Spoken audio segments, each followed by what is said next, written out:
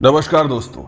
आज चलते हैं एक अनोखे सफर पर जिसमें हम पहुंचेंगे शास्त्रों से लेकर सिनेमा तक। हम सभी जानते हैं कि मनुष्य की संस्कृति और कला का इतिहास अनंत है। ये कहानी उस यात्रा की है जिसने वेदों और शास्त्रों के गूढ़ ज्ञान को रंगमंच और सिनेमा की चकाचौंध तक पहुंचाया। ये सफर न केवल मनोरंजन का माध्यम बना बल्कि मानवीय भावनाओं, समाज के बदलावों और जीवन के विभिन्न पहलुओं का दर्पण है। शास्त्रों की जड़ें भारत के प्राचीन शास्त्र हमारे इतिहास और संस्कृति के मूल आधार हैं। वेद, उपनिषद, रामायण, महाभारत और पुराण जैसे ग्रंथों ने न केवल धर्म और दर्शन का मार्ग दिखाया बल्कि जीवन की गहरी समझ भी दी। इन शास्त्रों में कहानियां, नाटक, संगीत और नृत्य के मूल तत्व समाहित हैं। विशेषकर नाट्य शास्त्र, जिसे रचा भरत मुनि ने, भारतीय रंगमंच और कला का मूल आधार माना जाता है। नाट्य शास्त्र में रंगमंच, अभिनय, संवाद, संगीत और दर्शकों के साथ जुड़ने के सिद्धांत बताए गए। यह कहा जा सकता है कि नाट्य शास्त्र प्राचीन काल का सिनेमा का पाठ्यक्रम था, द सिलेबस ऑफ सिनेमा। इस ग्रंथ में मनुष्य को 9 रस, श्रृंगार, करुण, हास्य, वीर, भयानक, रौद्र, अद्भुत, शांत और बीभत्स रस के माध्यम से भावनाओं को व्यक्त करने की क्षमता को दर्शाया गया। शास्त्रों में वर्णित कहानियां जैसे रामायण और महाभारत केवल पढ़ने के लिए नहीं थी, इन्हें लोक कथाओं, भजनों और नाटकों के माध्यम से समाज में प्रस्तुत किया गया था। कथकली, भरतनाट्यम और कुचिपुड़ी जैसे नृत्य रूपों ने शास्त्रीय कथाओं को जीवंत कर दिया। रामलीला और कृष्ण लीला जैसे पारंपरिक नाटक जो धार्मिक आयोजनों में होते थे, शास्त्रों के विचारों को जनमानस तक पहुंचने का माध्यम बन गए। इन मंचीय प्रस्तुतियों में नायक नायिकाओं के चरित्र, संवाद और संगीत का उपयोग किया गया। यह प्रक्रिया सिनेमा की नींव मानी जा सकती है। इन नाटकों ने पहली बार लोगों को कहानी सुनने से कहानी देखने की ओर प्रेरित कर दिया। मुगल काल में भारतीय रंगमंच और संगीत में नई ऊर्जा का संचार हुआ। दरबारों में संगीत और नृत्य की परंपरा बहुत फली फूली।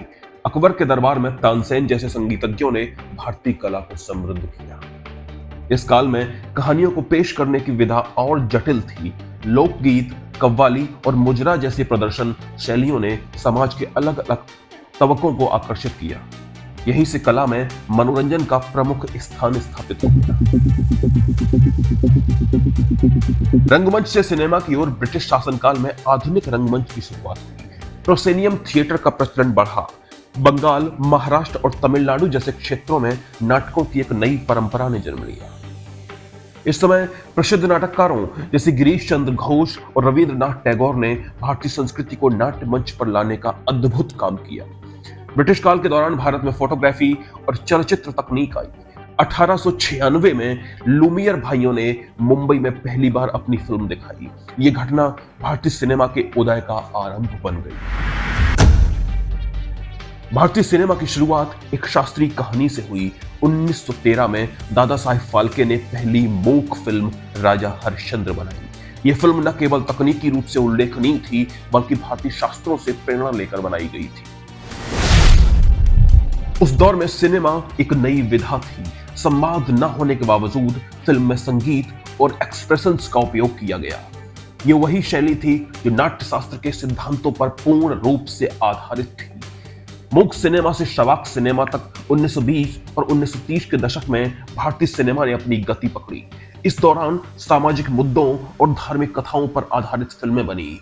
1931 में भारत की पहली सवाक फिल्म, पहली बोलती फिल्म आलम आरा बनी। इस फिल्म में संवाद और संगीत ने दर्शकों को एक नया अनुभव दिया। आलम आरा के गाने इतने लोकप्रिय हुए कि भारतीय सिनेमा में संगीत एक अनिवार्य तत्व बन गया।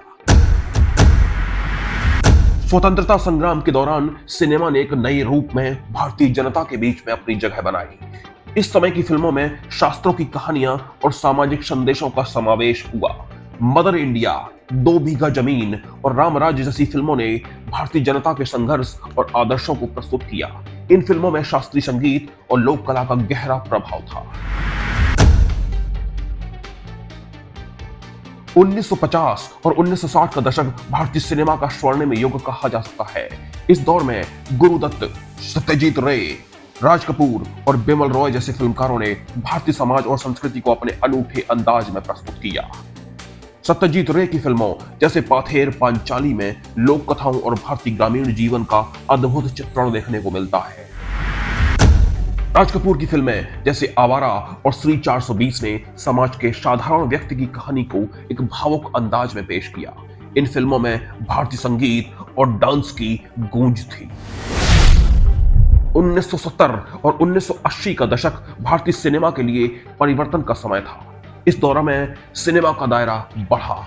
एक ओर अमिताभ बच्चन जैसे एंग्री यंग मैन की कहानियां उभरी, तो दूसरी ओर श्याम बेनेगल और गोविंद निहलानी जैसे फिल्मकारों ने कला फिल्मों के माध्यम से शास्त्रीय और सामाजिक पहलुओं को प्रस्तुत किया।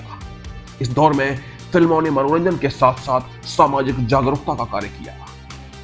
1990 के दशक में भारतीय सिनेमा ने अंतर्राष्ट्रीय स्तर पर अपनी पहचान बनाई। दिलवाले दुल्हनिया ले जाएंगे, लगान और स्लमडॉग मिलियनेयर जैसी फिल्मों ने न केवल भारतीय दर्शकों को प्रभावित किया बल्कि विश्व स्तर पर प्रशंसा पाई। इस समय तकनीक और विशेष इफेक्ट्स का उपयोग बढ़ा। शास्त्रों की कहानियों को आधुनिक सिनेमा में पेश करने की कोशिशें जारी रहीं। आज सिनेमा का रूप बदल चुका है। ओटीटी प्लेटफॉर्म्स, डिजिटल तकनीक और एनिमेशन ने सिनेमा को एक नई दिशा दी है। शास्त्रों और महाकाव्यों की कहानियां जैसे महाभारत, रामायण और शिव पुराण को आधुनिक तकनीक के साथ प्रस्तुत किया जा रहा है। बाहुबली और RRR जैसी फिल्मों ने भारतीय महाकाव्यों की तरह गहराई और भव्यता को ग्लोबल दर्शकों के सामने रखा।